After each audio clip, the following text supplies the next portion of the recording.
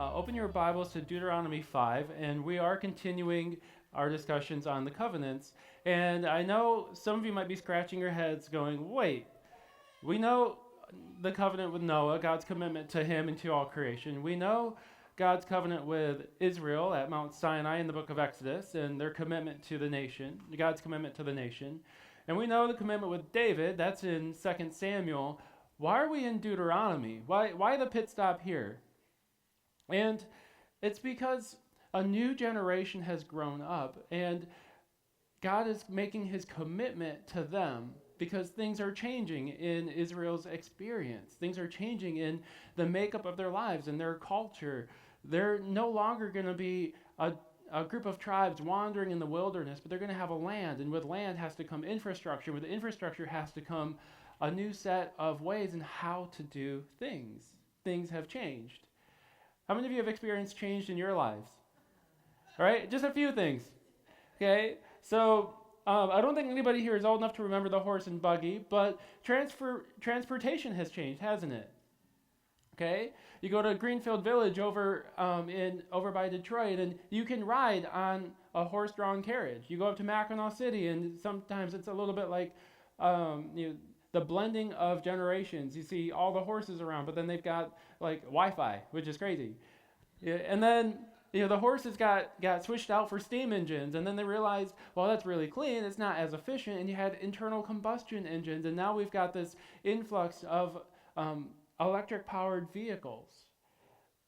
And whatever your opinions are of those, we see that things change. You can almost say that these are the generations of transportation. We see it in technology. Okay, up on the top you've got an abacus and a slide rule. How many of you have ever used a slide rule? Okay, that's awesome. And my dad had a slide rule, and he gave it to me when I was in middle school, high school, and I was trying to figure out how it worked, and it had all the directions that you unfolded, and I was trying to figure it out. My math teacher said, if you can figure out how to use a slide rule, yes, you can use it, and 2, I will give you extra credit. I failed that assignment, so I ended up using a calculator, and that calculator that you see on the screen is one of the earliest calculators. Notice it's the size of a typewriter, but it only has, like your basic functions. And that particular ad was for a finance company, and they said, praise God, it showed the decimal point, but it didn't have the ability to transfer, like in London, they did like pounds to sterling, and it didn't have that ability to do that, and so it was actually kind of pointless for them. They still had to do all their math by hand because they couldn't convert into the different forms of their currency. And my dad, tells me he was in high school, and he graduated in 1963, and he was in high school, and they brought one of the earliest calculators about that size. He said it took up a full desk. Okay, you can imagine how big it is. And they would punch in the numbers, and they would read the math problems. And he had a guy in his class who was really just like a math savant.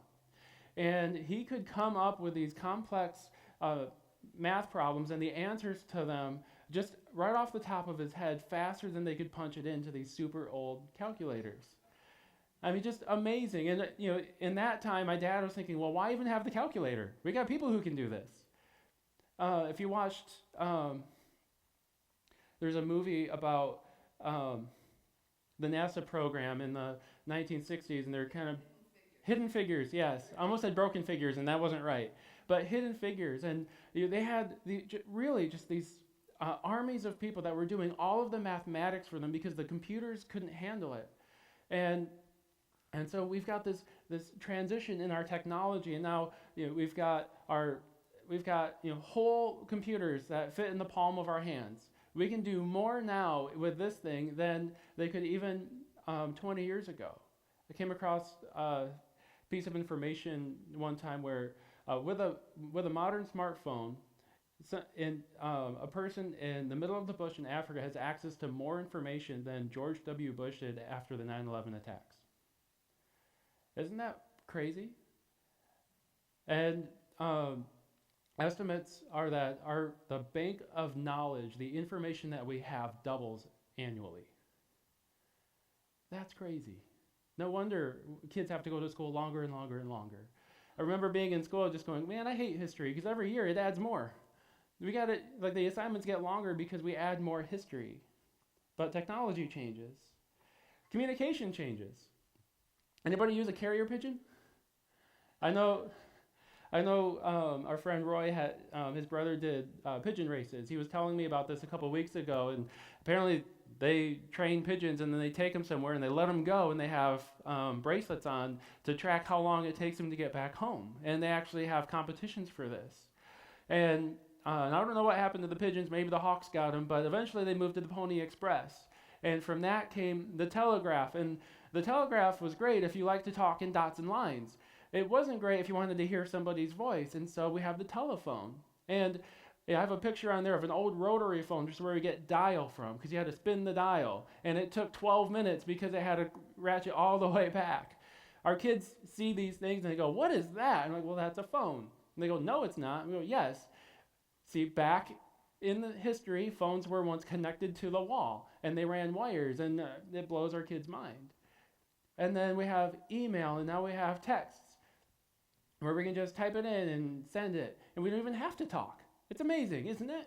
The introverts of the world have rejoiced. Speaking of texting, the alphabet has changed over time. So here's just a couple of examples. You see the progression from ancient Egypt up to our modern Latin letters of the letter A and the letter R. And you can see where the shape of our modern letters are kind of connected back to the original. Things have progressed over time. And in fact, now we've become so advanced we don't even need letters to communicate. We just use pictures again. Have you ever just sent a series of emojis and the other person knows what you mean? No? Okay. So we still need words. Please use words. But even words have changed meanings. So the word meat, hundreds of years ago, was used to describe any solid food. Any solid food. So you pull a potato out of the ground, take a bite out of it, you ate meat. Pull a carrot out of the ground, take a bite out of it, you ate meat. But now it specifically refers to the flesh of animals. And so for the vegetarians among us, you can say, yes, I eat meat. And you know that you're just transported back about 400, 500 years, that's all. But the word bully, it used to mean sweetheart, both of men and women. So if you're dating somebody, they were your bully. Totally different nowadays, right? Now a bully is somebody who treats you poorly, who hurts you and threatens you. The word nice, it's a nice word. It's nice to say nice things, unless you lived a few hundred years ago, because then it meant stupid, ignorant, or foolish. Oh, that's nice. We still use it that way, don't we? Very sarcastically. But now it means something refined or pleasant or agreeable. Silly is almost the opposite of that. It used to mean blessed, happy, or fortunate. But now it can mean to lack good sense or to lack judgment or to be foolish. Things have changed over time, but notice what hasn't changed. We still have a need for transportation, even though the mode of transportation is different. We still have a need for mathematics and computations, although the mode or the means of computations and mathematics have changed. We still have a need for communication as social creatures, although the mode of communication has changed. Even our very words have changed in how we use them to communicate. And it was the same way in Israel's existence. As time passed and the nation changed and the political atmosphere around them changed with the surrounding nations, they changed. And they had different modes of expressing and experiencing God. They started as one person, Abraham, called out of Ur of the Chaldeans. God fulfills his commitment to Abraham to give him a son, and we have Isaac and Rebekah, Jacob and Esau, kind of the ancient Near Eastern nuclear family. And God is working with them at their level. You go forward a couple generations, and Joseph is in Egypt, and he calls his dad and his brothers and his family to come with him, and 70 people now are transported from the land of Canaan into the land of Egypt. It's grown bigger. They're in a different land. Now they have a different way of experiencing and understanding God. The people are blessed. They multiply. They fill the land of Egypt. Pharaoh gets freaked out and starts to oppress them. He makes them slaves for 400 years. Finally, God raises up Moses. The 10 plagues come. The Red Sea splits. God delivers his people into freedom. And it's a new generation. It's a new age. God is meeting with his people in a new way. We get to Deuteronomy, and now generation 2 from the Exodus has grown up. Generation 1 got right to the border. They got right here, and they looked in and like, oh, those are scary people. And they ran away.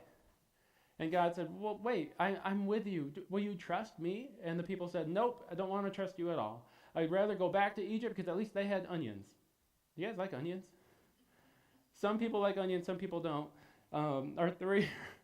Last week we had onions setting out for hamburgers or something, and my 3-year-old doesn't really understand what's in the dish. She just likes to grab whatever and pop it in her mouth. So she took raw onion, popped it in her mouth, and she's chewing on it, and her reaction was amazing. It was like, hot, hot, hot.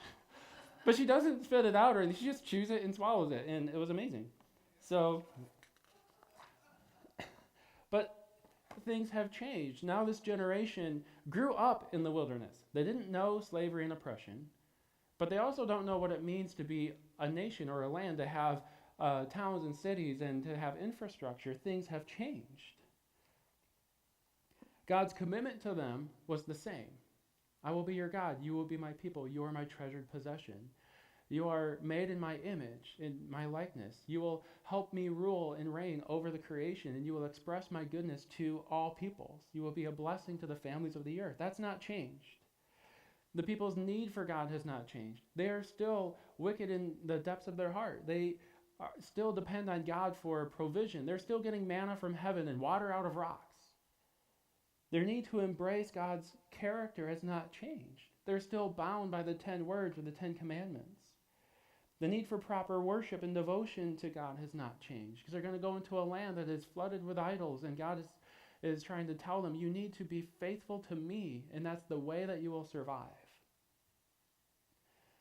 And this principle extends throughout not just the Old Testament and the New Testament, but even to our day and age right now. Generations change, cultures change. God is faithful, but he also adapts so that we can experience him in the most close and profound way. What we see in Deuteronomy is that God is committed to our kids, but it'll look differently for them than it did to us. And we know that. I pulled out a smartphone, and this didn't exist before 2007. I was in high school, and they didn't have smartphones. We actually had to push buttons. That's hard work to push buttons, right? Do you remember trying to send a text with a 10 key? And you had to push the button, the 2 button, like 6 times to get the letter C, and if you missed it, you got to go 12 more times to get back to it. That was hard. We labored back then, right? And I'm being facetious. But things change, and yet God's promises, God's commitments, and the expectation of our faithfulness has not. So read with me in Deuteronomy chapter 5, verses 1 through 4. Moses has just given a history lesson to the Israelites, and he tells them, as he summons them all close to him, "Hear, O Israel, the statutes and the rules that I speak to you in your hearing today, and you shall learn them and be careful to do them. The Lord your God made a covenant with us at Horeb. Not with our fathers did the Lord make his covenant, but with us, who are all here alive today." Everyone say today. "The Lord spoke with you face to face at the mountain, out of the midst of the fire, while I stood between the Lord and you at that time, to declare to you the word of the Lord."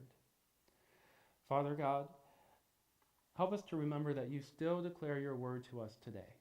And it is the same word that you declared to that second generation of Israelites. You are faithful. And yet, God, we thank you that you adapt so that we can experience you in the fullest way possible in our day and time. We love you, Jesus. May you be glorified through these words and not overshadowed by them. Amen. So we've already hinted at this, but we have a new generation coming up. The first generation were a nomadic group of tribes. They would go from place to place. They had herds. Basically, when you're nomadic and you have herds, you would go where the grass was green. You wanted the greener grass because that's where your animals could eat, and that was your sustenance. God provided the manna from heaven, water out of a rock. They would go to these different places and set up camp, and when it was time, then the pillar of cloud, the pillar of fire would rise, and the people would move out. They were completely dependent on God. Numbers 14, they get to the edge of the promised land. This is an 11-day journey, but they spent an extra year or so because God had to teach them how to be his people. And the people rebel. The spies come back. 10 give a negative report. Joshua and Caleb give a positive report. And God is with us. We can totally go in there and take the land.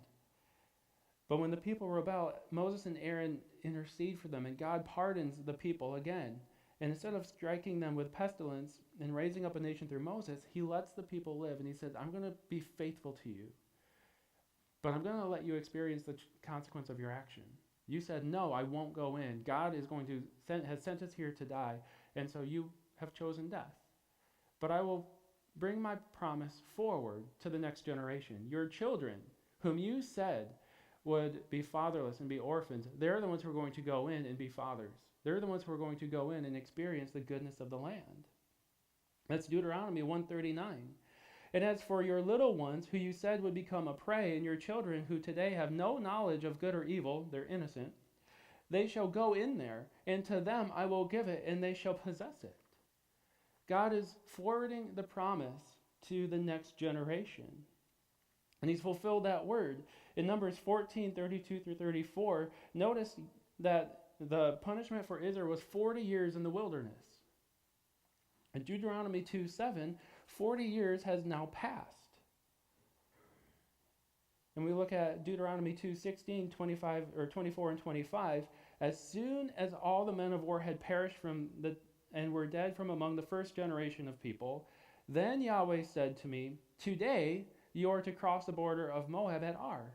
Rise up, set out on your journey. Behold, I have given into your hand Sihon the Amorite, king of Heshbon, and his land. Begin to take possession. This day I will begin to put the dread of you on the peoples who are under the whole heaven. The very day that the consequence was done, Israel is no longer grounded. They get the full blessing and command of God back again. He says, all right, go. The door is open. The store has, have you ever been waiting outside for the new release of maybe it's Black Friday. Have you ever camped for Black Friday? Please. Okay, a couple of you have. You know what it's like. You're waiting at the door. You're pounding on it. You see the general manager walking back and forth. You're not doing anything. You have the key in your hand. Open the door, right? But they can't open the door until the clock says 9 o'clock or whatever it is, the opening hour. And once the time hits, you open the door and then you get to run in and you get to find your Black Friday sale. Israel has been standing on the border going, we want to go in. And finally, it's opening time. They get to go in. And as God is preparing them for life in the land, he reminds them of his commitment. He tells them in Deuteronomy 7:6, for you are a people holy to the Lord your God. The Lord your God has chosen you to be a people for his treasured possession. And we covered that last week. That treasured possession was the king's private treasury. The king had access to the whole nation, and if he had to pay tribute to another nation, he could just raise taxes, send the other people's money. The treasured possession was his. It was his own private vault. And so when David's getting the materials for the temple, he goes to his own private vault and he says, in addition to all the things that you've collected, I'm giving of my own wealth. And we kind of compared it to if we took the top 10% of our nation's wealthiest, and they said, you know what, or we take our political leaders, and they said, you know what, we're going to sell our stocks and we're going to sell our investments, and we're just going to pay off the national debt. Every senator, every representative, our presidents, our past presidents, whatever wealth that they have accumulated, they're the ones pulling out of their personal bank account and putting it into the national treasury. That's what this treasured possession means. It's something that is completely and wholly dedicated to the king. Nobody else can touch it. It's only the king's. And when we studied Exodus 19, we saw that that treasured possession was connected to the ideas of a holy nation. Israel is to serve God in his presence, to be a priest, a representative, or a mediator between God and the world. That goes all the way back to Genesis chapter 1. For you will be made in my image and according to my likeness. You will have dominion and rule, and you will work the land. But it's also tied to a kingdom of priests. They are restored to a royal position before God. Just like Adam and Eve were called to be God's vice regents, God's sort of sub-kings or under-kings under him, the great high king. And this was connected to the idea of sonship. In Deuteronomy 14:1, this is right before God calls this generation his treasured possession again. He says, "You are the sons of Yahweh your God." Remember, the kings in the ancient Near East were considered sons of the gods. And now God is telling the entire nation, not just the first generation, but the second generation too, you are my son, you are my offspring. And because you are descended from my royal line, you also have a royal position and a royal purpose in the land, to let the world know that I am. That is your purpose. And then the same blessings are given to them as well. Genesis 12:2 and 3, Abraham's told that he will be blessed and his name will be made great, and in all the families of the earth, they will be blessed through his family. In Deuteronomy 7:13 through 15, the people fulfill this role, and they begin to experience God's blessing and share that blessing to the nations. Check it out.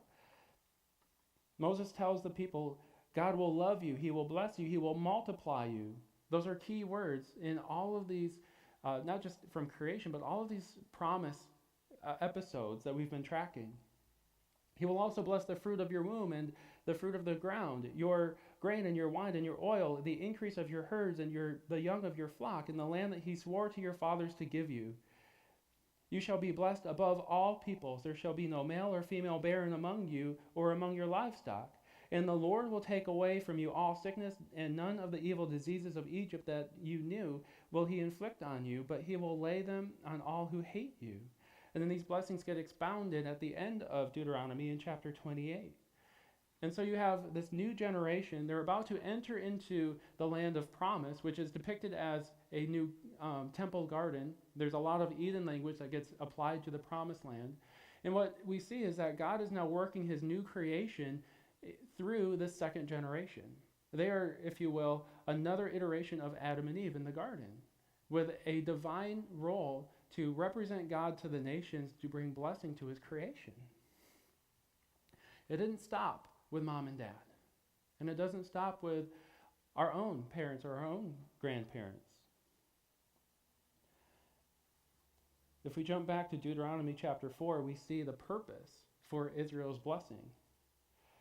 Moses tells them, keep the laws and the judgments and the commands of God. Do them, because that will be your wisdom and your understanding in the sight of the, everybody say, peoples.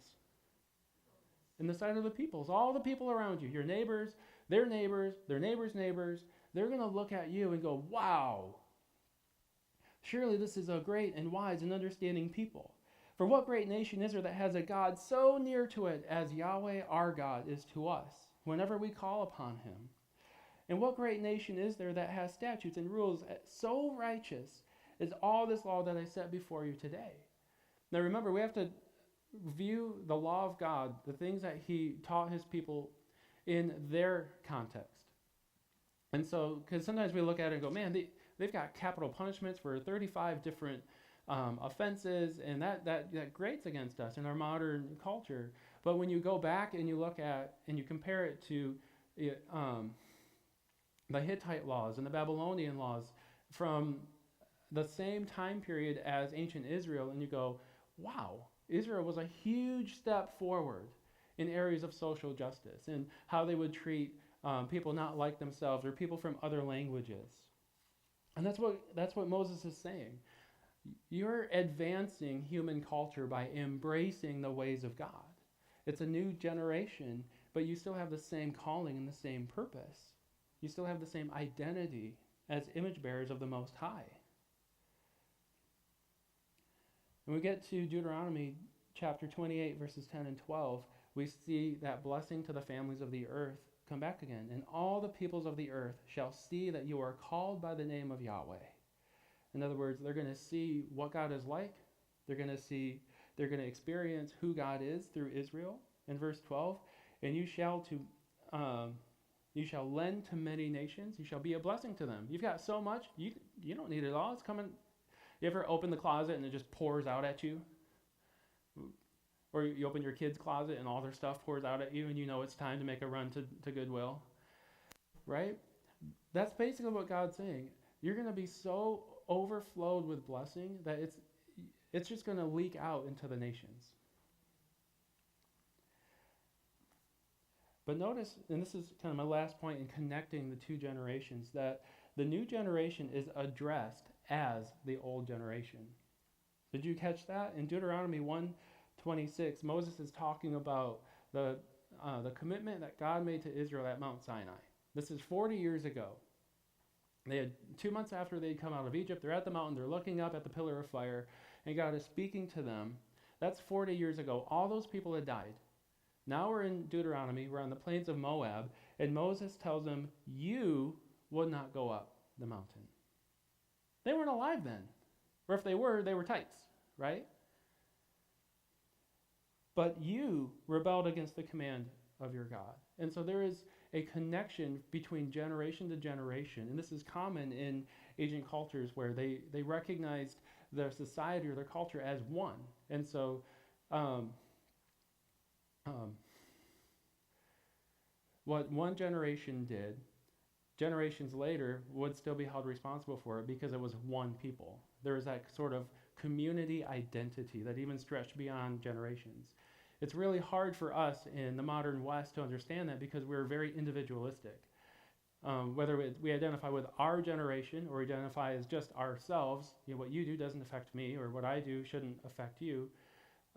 In ancient cultures, they saw it communally. And so if one person sinned, often the community would receive consequence. Or if one generation did something, future generations would bear the consequences of that. It's just a different way in which those people considered community. But that's why it's so important for us to remember in our individualistic culture that God's promises carry over from generation to generation to generation, because God sees us as his people, one, and he's calling us back to unity. That's what most of Ephesians is about. And so God's committed. God's committed to us, and he's committed to our kids, and he's committed to their kids. And it will look differently each time. But notice it's the same commitment. In both Exodus and Deuteronomy, you get the same 10 words. Don't have any other gods before me. Don't make idols to worship. Don't use my name in vain. Honor the Sabbath. Honor your mother and father. Don't murder. Don't steal. Don't covet what other people have. Don't commit adultery. Don't lie. I know I got those last ones out of order. But it's the same absolute truths, the same absolute laws that God is giving in both generations. Both generations are called to obey the things that God has given them. The word obey, or the concept obey, occurs 3 times in Exodus 19 through 24, the book of the covenant that we looked at last week. That same concept occurs 24 times throughout all of Deuteronomy. And so the people, in response to God's goodness, have to follow him. That's what part of this, God is committed to us from generation to generation, but that means every generation, from generation to generation, has to be committed to him. Both generations are given God's promise to be present with them, to go before them and to fight their battles, to prosper them and to make them a blessing, to be a blessing to the nations. And yet both generations are different. God's committed to our kids, but it'll look differently for them than it does to us. And so if we just take a couple of examples and we compare Exodus and Leviticus to Deuteronomy, we see some of the differences. We see a difference in worship. In Exodus chapter 20-24, God tells them, wherever you stop and my name is honored among you, build an altar. And here's how you do it. So that sounds like there are multiple places of worship. Why? Because the people are moving. They're in multiple different places. In Deuteronomy 12:5 through 14, the people are told to do all your sacrifices and your rituals and your festivals in the one place God will choose. Why? Because now the people have a one place. They're in one land.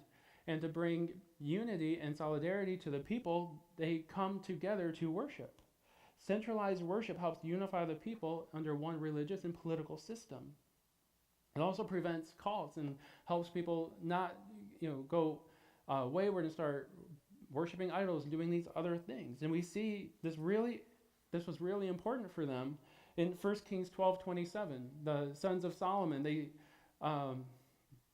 Rehoboam splits the kingdom, and the northern kingdom becomes Israel, and they make for themselves Jeroboam as king. And he scratches his head and he goes, wait a second, Jerusalem is in Judah. If all my people go down to Judah to worship, they're going to start to become Judeans, and I'm not going to have a kingdom anymore. So here's my brilliant plan. This is Jeroboam. I'm going to make a golden calf in the southern part of Israel and the golden calf in the northern part of Israel.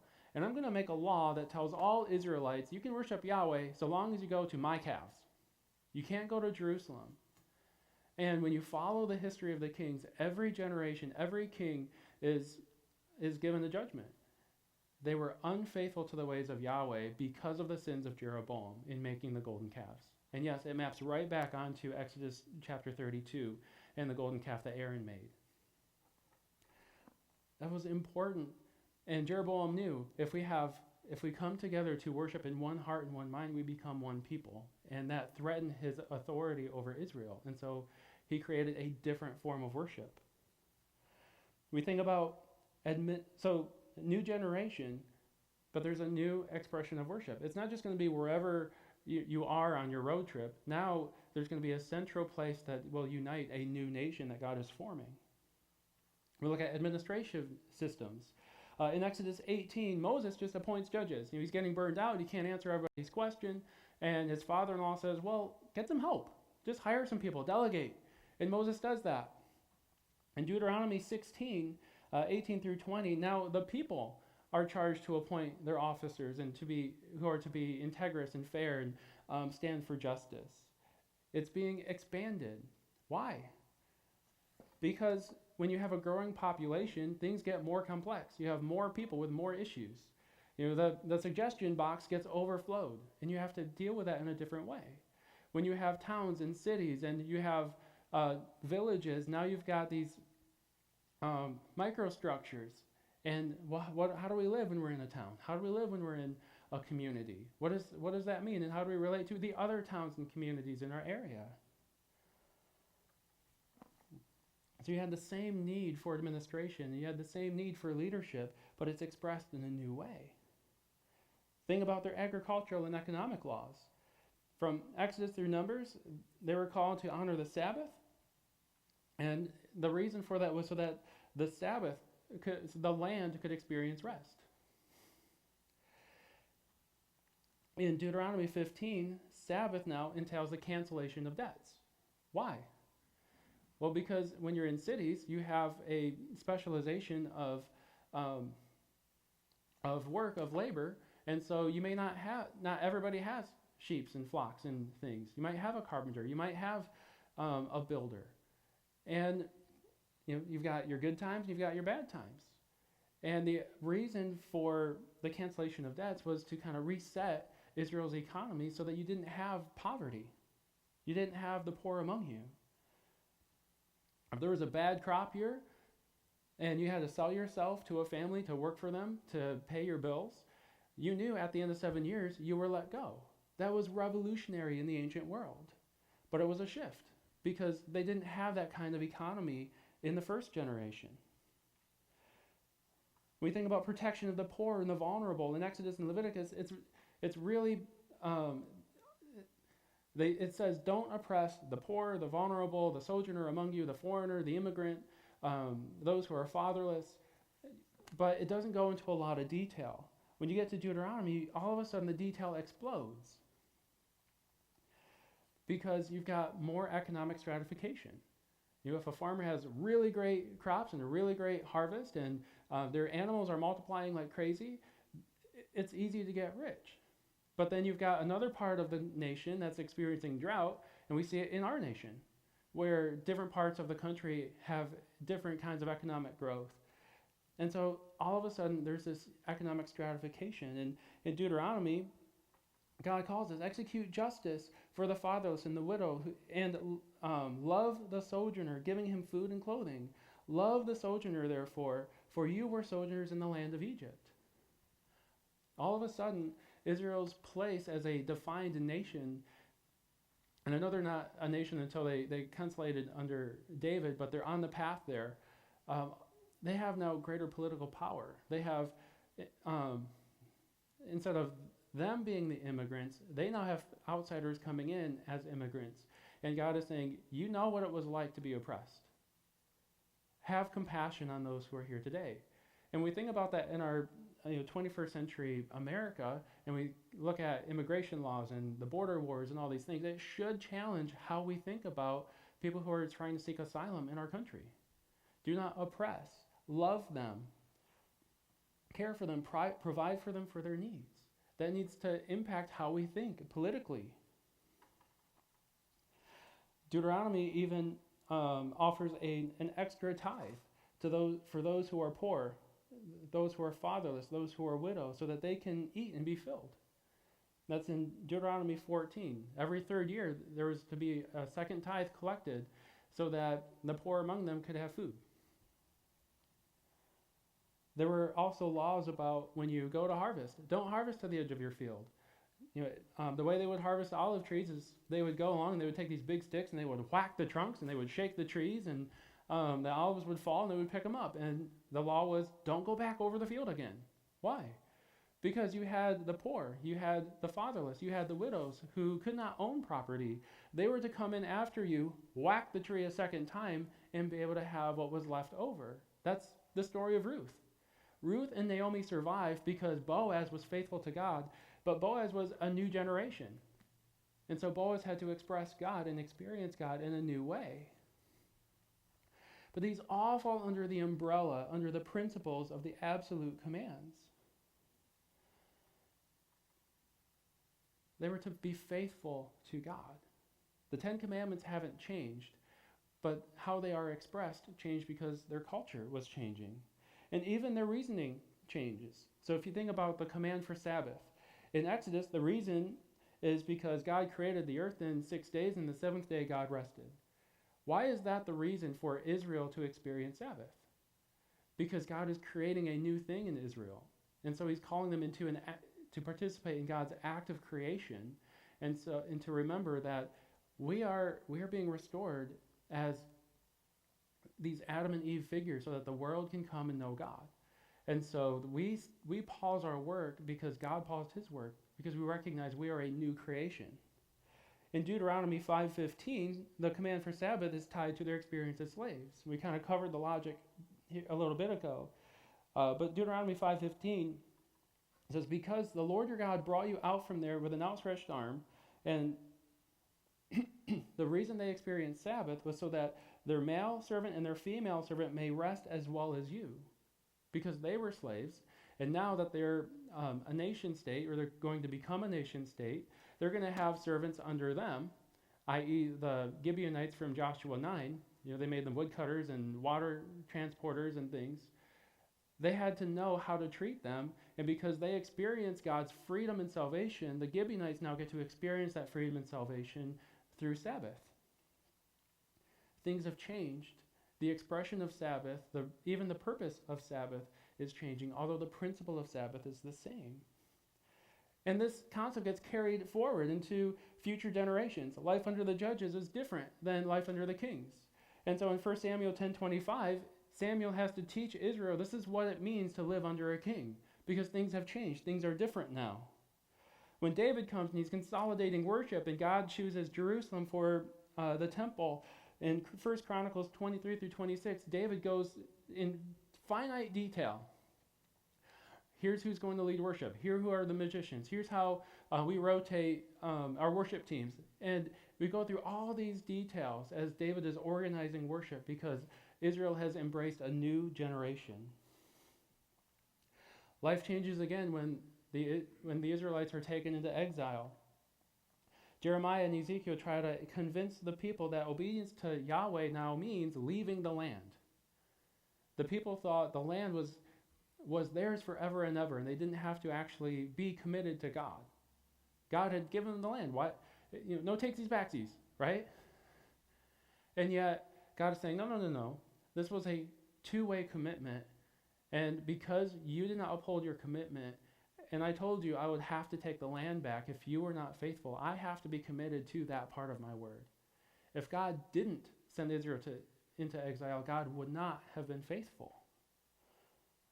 And so Jeremiah and Ezekiel and the other prophets are saying, look, you can still be faithful to God. You can still turn and follow him, but it requires a change. It's not tied to the land anymore. It's tied to God's Spirit with you. And in Ezekiel, you've got this bittersweet story of the prophets taken on a tour of the temple, and they're seeing all of this idolatry that's happening at the temple site. And you see the Spirit of God rise up, and it goes into the east. Babylon was in the east. It's bittersweet because God should have never been forced out of his home. And yet the place where God chooses to go is with his people into exile. God doesn't leave them by themselves. He goes with them into their consequence. It's kind of the concept of a time in. I don't know if you guys have heard of that, but when parents have to give consequence to their kids, usually it's a time out. Go sit in the chair for 5 minutes, whatever. Think about what you've done, and then when you're ready to be nice again, come back and play. Well, the concept of a time in is where the parent goes with the child into timeout, lets them know that, yes, what you have done was wrong and is unacceptable, but I am not telling you to go away. I'm going to be with you in your hurt and in your pain. I'm going to help you process those emotions. I want you to communicate with me so that we can go back together, so you know that this relationship is unbreakable. God's relationship to his people is unbreakable, even when things change, and he has to go with them into the consequences. Like we talked about with Abraham. God is committed to both sides, even if it will kill him. Even if it sends God into exile, he will go. And we see this principle even in the days of Jesus. We went through the Sermon of the Mount earlier this year. You have heard it said unto you. Those are the absolutes, the 10 Commandments, the foundation of God's character. And then Jesus says, but I say unto you, this is what it looks like in today. Same principle, different expression. God's committed to our kids. He's committed to the next generation, but it's going to look differently than what we're used to. And so the question for us is, what do we do as a church? What do we do as the people of God? We've all raised our hands when we saw how technology progressed, how communication progressed. We identify with that. We know it's different. And every generation changes.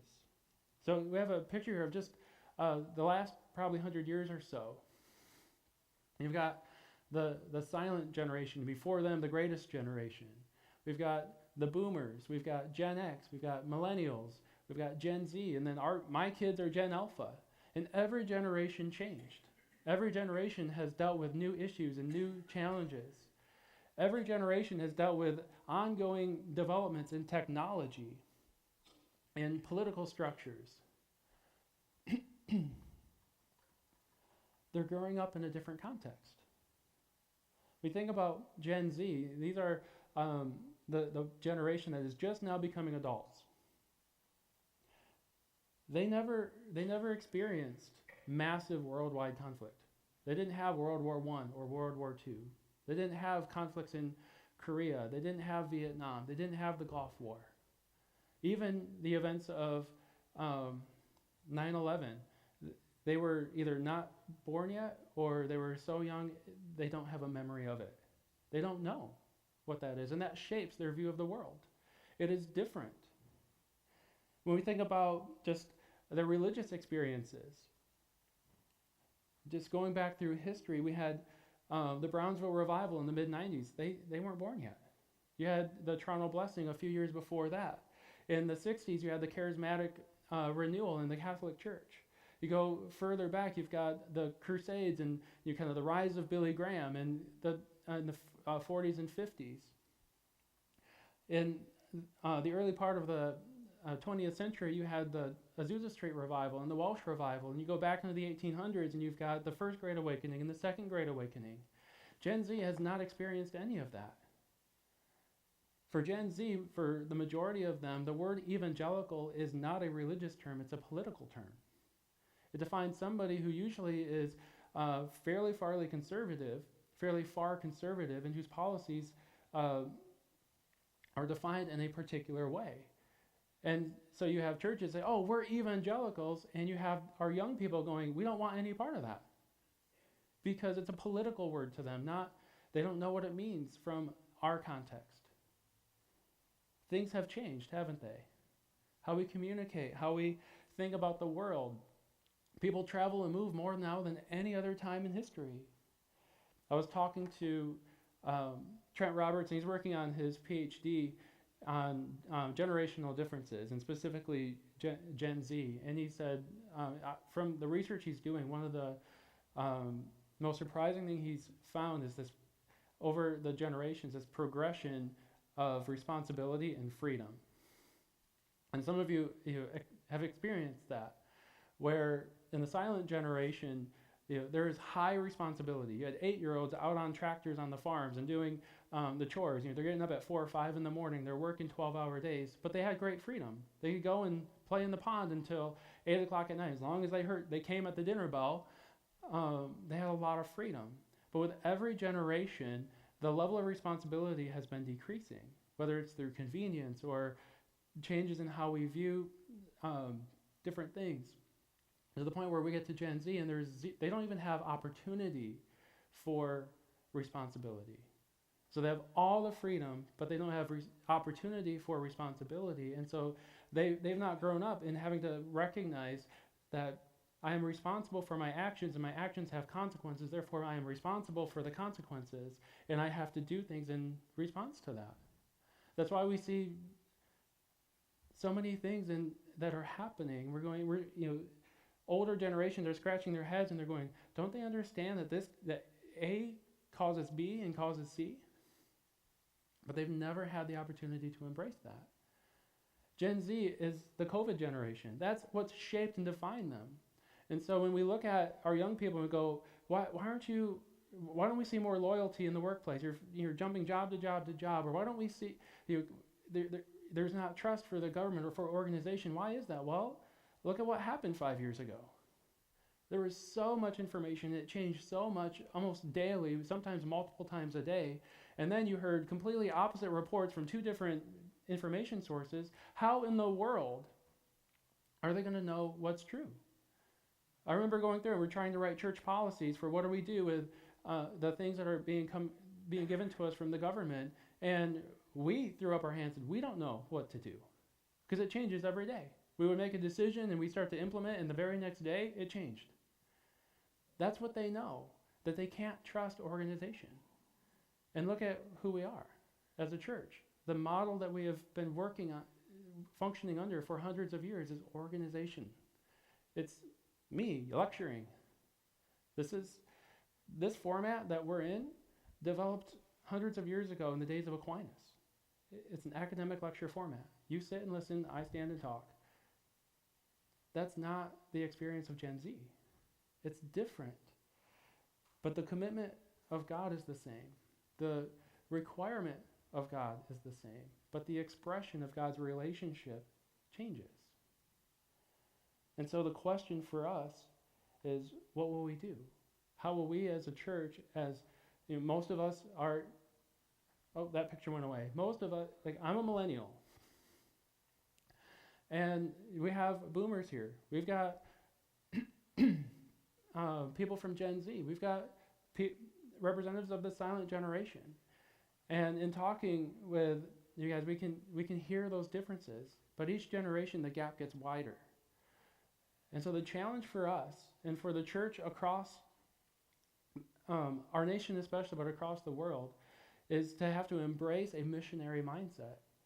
When you look at foreign missions, one of the things that they learned decades ago and they've implemented even to today is when you go to a new culture, you have to actually adapt. You adapt to their culture. You can't expect their culture to adapt to you.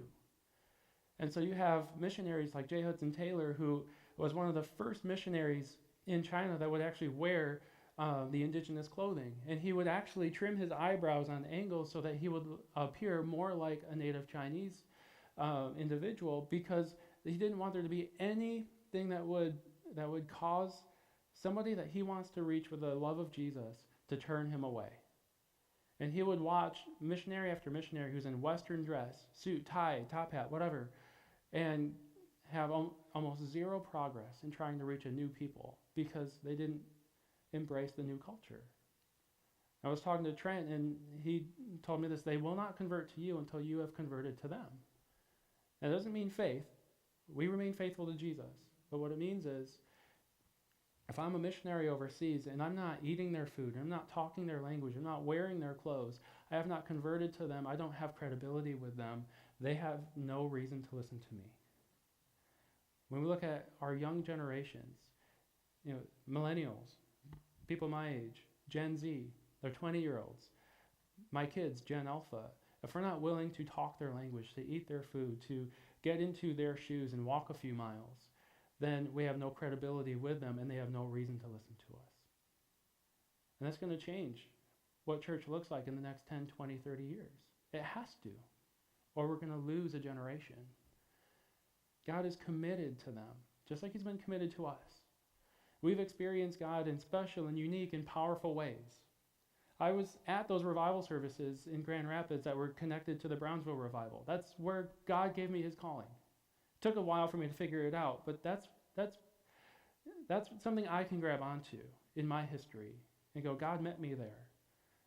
But I can't let that define how God's going to interact with our new generation. Think about the Asbury revival from last year. Nobody led that. There was no person on the stage. There was no Steve Hill. There was just people in the presence of God, and somebody would have a word and they'd stand up and they'd share it, and somebody would start singing a song and they would go over there. It was completely organic, which scares us when we like structure. But that's how God is reaching the next generation. So the challenge to us is, what can we do? His absolutes, his principles will never change. God's commitment to us, to the generations after us, and the generations before us has never changed. The absolutes that we teach will never change. Hear, O Israel, the Lord our God, the Lord is one. You shall love the Lord your God with all your heart, your soul, your mind, and your strength. All these words I command you today shall be on your heart, and you shall teach them diligently to your children. Talk of them when you sit and when you stand, when you are in your house and when you rise. That's step one. That's the principle. That's the absolute. God's word has to go to every generation, but it's going to look a little different. Family meals might look a little different. It might sound a little different. I sound different than Pastor Bob, and that's a good thing. And we've said it before, we love Pastor Bob and Sherry and the 25 years that they invested into this place. God blessed that. God honored that. And we honor them for that. But we also know that there's a new generation. And I don't know that I can communicate to that generation until I've converted to them.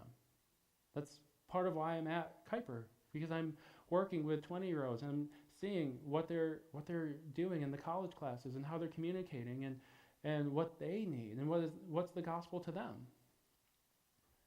Because they need us to encourage them, to support them, to cheer them on, to say, you can do it and God is faithful, and here's how you can experience God your way. We're the bridge makers. We're the bridge builders. And so from Deuteronomy, we hear the challenge of God. How will we bring our faith to the next generation? We hear the promise of God. I am committed, and I am as committed to them as I am to you, as I was to ancient Israel, as I was to Abraham, as I was to Adam and Eve at creation. I will not give up, even if it kills me. And Jesus gave his life so that every generation would know. And now we're called as bearers of his image, possessors of his spirit, to carry that heart forward, to be converted to the next generation, so that they can hear, that they can know, that they can experience God.